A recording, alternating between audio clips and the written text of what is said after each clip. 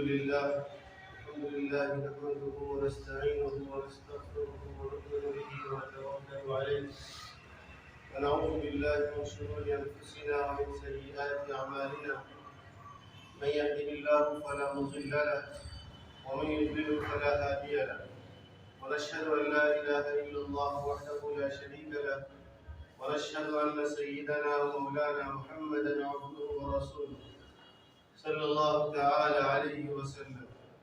أعوذ بالله من الشيطان الرجيم. بسم الله الرحمن الرحيم.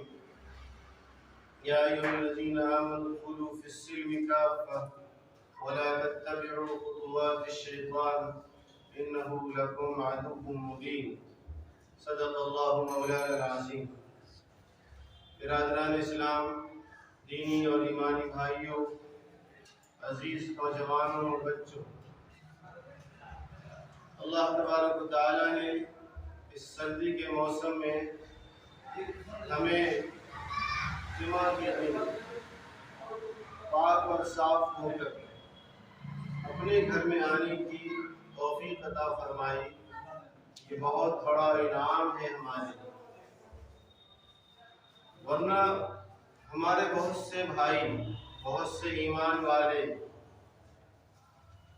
ان کو یہ توفیق نہیں ملتی، یا تو ان کی طبعی سستی کی وجہ سے یا اللہ کی جانب سے ان کو یہ توفیق ملی ہی نہیں ہوتی. اللہ سے اگر ہم کسی چیز کا مطالبہ کریں، کسی چیز کو مانگیں، تو اللہ بندے کو ضرور عطا فرماتا ہے. اس لیے ہمیں اپنے رب سے ہدایت کی توفیق مانگنی چاہیے. دنیا کی چیزیں اور دنیا میں رہ کر آخرت کی چیزیں، ساری کی ساری چیزیں ایک بندہ اللہ سے ہی مانگے اور اللہ سے ہی لو لگائے تو وہ بندہ کامیاب ہوتا ہے. کیوں؟ اس لیے کہ عطا کرنے والی ذات صرف اور صرف اللہ کی ہے، دوسرا کوئی نہیں. ہم کسی بھی آستانے پہ چلے جائیں، کہیں بھی جائیں، وہ ہمیں کچھ نہیں دے سکتا. صرف اللہ کی ذات ہی عطا کرنے والی. اللہ تبارک و تعالیٰ اس کائنات کی ایک ایک ذرے کی ضروریات پوری فرما رہا ہے. ایک ایک ذرے کی ضروریات، ہم انسانوں کی ضروریات بھی اللہ ہی پوری کرتا ہے. اس کے علاوہ کوئی ذات ایسی نہیں، کوئی در ایسا نہیں ہے جہاں جا کر ہماری ضرورت پوری ہو جائے. ایسا کوئی در نہیں. تو ایک بندے کو یہ زیب دیتا ہے کہ جب بھی وہ مانگے تو اللہ کی ذات سے ہی مانگے، اور جس نے اللہ سے مانگا اللہ اس کو بھرپور عطا فرماتا ہے، بھرپور عطا فرماتا ہے. دور نبوی کا ایک واقعہ ہے. نبی کریم صلی اللہ علیہ وسلم کی خدمت میں صحابہ کرام اپنی ہر چھوٹی بڑی ضروریات کو پیش فرماتے اور اللہ کے رسول اس کی ان ضروریات کو حل فرماتے اور اس کے لیے راستے بتلایا کرتے، راستے بتلاتے. اور صحابہ اپنے ہر عمل کو کرنے کے لیے اسلامی طریقے کو اختیار کرتے. آج ہم کیا کرتے ہیں؟ ہم اسلامی طریقے کو چھوڑ کر دنیاوی راستے کو تلاش کرتے ہیں اور یہودیت اور نصرانیت کے طرز زندگی کو اپناتے ہیں. اور جب ہم پریشان ہوتے ہیں، ناکام ہوتے ہیں، تو پھر آخر میں آ کر اللہ کے در کی طرف متوجہ ہوتے ہیں. یہ بہتر نہیں ہے، بلکہ بہتر یہ ہے کہ جب بھی ہمیں کوئی ضرورت پیش آئے تو سب سے پہلے اللہ کی ذات سے مانگیں اور اللہ سے لو لگائیں. تو وہ کام ہمارا آسانی سے ہوگا اور اس کام میں اللہ کی جانب سے برکتیں بھی نازل ہوں گی. رسول اللہ صلی اللہ علیہ وسلم کی خدمت میں ایک صحابی آیا، ایک شخص آیا. اس نے اپنی ضرورت پیش کی، اپنی ایک حاجت رسول اللہ کے سامنے رکھی. وہ حاجت یہ تھی، اس نے یہ کہا کہ اللہ کے رسول، میری یہ حالت ہے کہ دنیا نے مجھ سے منہ موڑ لیا، پاس مال و دولت نہیں ہے، میرے پاس خرچے کی کوئی چیز نہیں ہے، میں پریشان انسان ہوں، آپ مجھے اس کے لیے کوئی راستہ بتلائیں، کوئی حل بتلائیں۔ تو صحابہ ہر چیز رسول اللہ سے پوچھتے تھے، اور رسول پاک صلی اللہ علیہ وسلم ان صحابہ کو اللہ تک پہنچنے کے راستے بتلاتے، اس کا حل بتلاتے تھے، اس کا طریقہ بتلاتے تھے کہ تم یہ عمل کر لو، تم اس طریقے سے اپنے آپ کو زندگی میں ڈھالو تو تم کامیاب ہو جاؤ۔ اللہ کے رسول نے فرمایا کہ کیا تم فرشتوں کی نماز اور اس کی تسبیح نہیں پڑھتے؟ صحابہ نے پوچھا کہ اللہ کے رسول ہمیں تو معلوم نہیں، آپ ہمیں بتلا دیجئے۔ اللہ کے رسول صلی اللہ علیہ وسلم ان کو یہ راستہ اور یہ طریقہ بتلایا کہ تمہارے ساتھ اگر یہ پریشانی ہے، رزق کی پریشانی ہے، تمہارے گھر میں پریشانیاں ہیں، تمہاری روزی سے برکت اٹھا دی گئی ہے تمہارے عمل کی وجہ سے، تو تم اس راستے کو اختیار کرو کہ تم فرشتوں والی نماز اور فرشتوں والی تسبیح پڑھا دو۔ وہ کون سی تسبیح ہے؟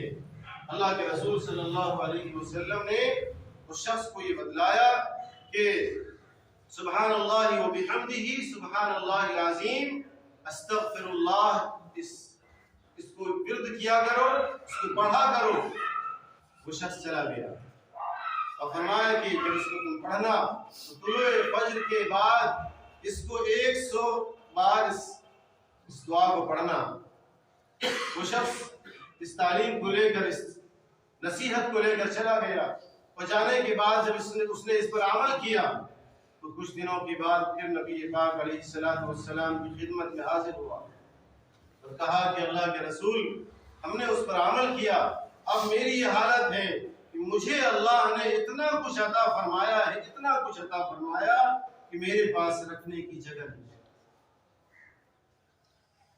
تو اللہ کے رسول نے صحابہ کو ان کی پریشانیوں میں راستے بتلائے، طریقے بتلائے، اور صحابہ نے رسول اللہ سے پوچھا تو ان کے مسائل حل ہوئے۔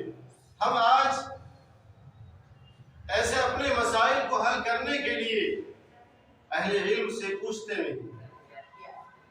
آج ہمارے ساتھ یہ پریشانیاں ہیں، ہر ایک کے ساتھ پریشانی ہے، ہر ایک یہ چاہتا ہے کہ ہمارے گھر میں برکت نازل ہو، ہماری روزی میں برکت نازل ہو، ہماری زندگی چین و سکون سے گزرے، یہ ہر شخص کی تمنا ہے۔ بتائیے کس کی یہ تمنا نہیں؟ ہر شخص کی یہ تمنا ہوتی ہے، لیکن ہم اس تمنا کو، اس آرزو کو غیر اسلامی طریقے سے پوری کرنے کی کوشش کرتے ہیں۔ ہم اپنی دولت کو بڑھانے کے لیے، اپنے آپ کو مالدار بنانے کے لیے غیر اسلامی طریقہ اختیار کرتے ہیں۔ ہم سودی کاروبار کرتے ہیں جس کی وجہ سے اللہ کی لعنت مقرر ہے۔ تو ہم اسلامی طریقے کو اختیار کریں۔ اسلامی طریقے میں اللہ نے عافیت رکھی، سکون رکھا ہے، اطمینان رکھا ہے۔ اگر ہم اس کو اختیار کریں گے تو ہم اپنے اندر ایک عجیب طرح کی تبدیلی محسوس کریں گے۔ اسلام کو جس شخص نے اپنایا، اسلامی طریقے کو جس شخص نے اپنی زندگی میں داخل کیا، وہ پرسکون رہا۔ وہ ذہنی اعتبار سے بھی، جسمانی اعتبار سے بھی، مالی اعتبار سے بھی، خاندانی اعتبار سے بھی اس کا ماحول پرسکون رہتا ہے۔ تو ہم اسلامی طریقے کو اختیار کریں۔ اب دوسری حدیث آگے، حضرت سہل بن سعد رضی اللہ تعالیٰ عنہ، ایک صحابی، وہ بیان فرماتے ہیں کہ جس طرح سے ابھی پہلی حدیث میں ایک شخص نے رسول اللہ سے کچھ سوال کیا، اپنی ضرورت رکھی، تو اسی طرح سے اس حدیث میں بھی ایک شخص نبی پاک علیہ السلام کے پاس آیا، اس نے بھی اپنی ضرورت رکھی اور کہا کہ مجھے اس کے لیے کوئی حل بتلا دے۔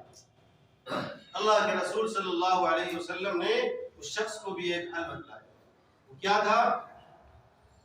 آج ہم اور آپ اپنے گھر میں جاتے ہیں، اپنے گھر میں داخل ہوتے ہیں، تو ہمارا طریقہ یہ ہوتا ہے کہ دروازہ کھولا اور گھر میں داخل ہو گئے۔ یہ اسلامی طریقہ نہیں۔ اللہ کے رسول نے اس شخص کو اسلامی طریقہ بتلایا. وہ کیا تھا کہ جب تم یہ 3 کام کرو گے، جب تم اپنے گھر میں داخل ہو تو سب سے پہلا کام یہ ہے کہ تم گھر میں داخل ہوتے ہی چاہے کوئی شخص گھر میں ہو یا نہ ہو تم سلام کرو. آج ہم میں سے کوئی شخص سلام نہیں کرتا. دل میں جھانکیے ذرا، کوئی شخص اپنے گھر میں داخل ہوتے ہوئے اپنی بیوی کو، اپنے بچوں کو یا کوئی نہ ہو گھر میں پھر بھی کیا سلام کرتا ہے؟ کوئی نہیں کرتا، کوئی نہیں کرتا. ہم میں سے کوئی شخص بھی نہیں کرتا. اس لیے رسول اللہ صلی اللہ علیہ وسلم نے اس شخص کو، جو آنے والا شخص تھا، اس کی پریشانی تھی کہ اللہ کے رسول میرے گھر سے برکت اٹھا دی گئی ہے. اس کا یہ سوال تھا کہ اللہ کے رسول میرے گھر سے برکت اٹھا دی گئی ہے، مجھے کوئی طریقہ بتلائیں کہ تاکہ میرے گھر میں برکتیں نازل ہوں. برکتیں. تو اللہ کے رسول نے اس کو 3 طریقے بتلائے. سب سے پہلا طریقہ یہی تھا کہ جب تم اپنے گھر میں داخل ہو تو تم سلام کرو، السلام علیکم ورحمۃ اللہ وبرکاتہ، چاہے کوئی شخص تمہارے گھر میں ہو یا نہ ہو. ایک پہلا طریقہ.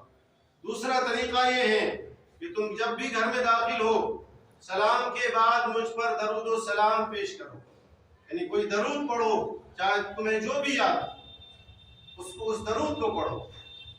اور پھر درود پڑھنے کے بعد یہ دوسرا عمل ہے جس کو اللہ کے رسول نے اس شخص کو بتلایا کہ اگر تم ایسا کرو گے تو یہ تمہاری روزی میں برکت کا سبب ہو. آج ہم میں سے کوئی شخص بھی اس کام کو نہیں کرتا. یہ اسلامی طریقہ ہے. اگر ہم اس اسلامی طریقے سے اپنے گھر میں داخل ہوں گے، جب بھی جائیں تو سلام کریں اور پھر رسول اللہ صلی اللہ علیہ وسلم کی ذات اقدس کی خدمت میں درود کا نذرانہ پیش کریں. اور تیسری بات اللہ کے رسول نے یہ بتلائی کہ ایک بار قل هو اللہ احد پڑھا کرو.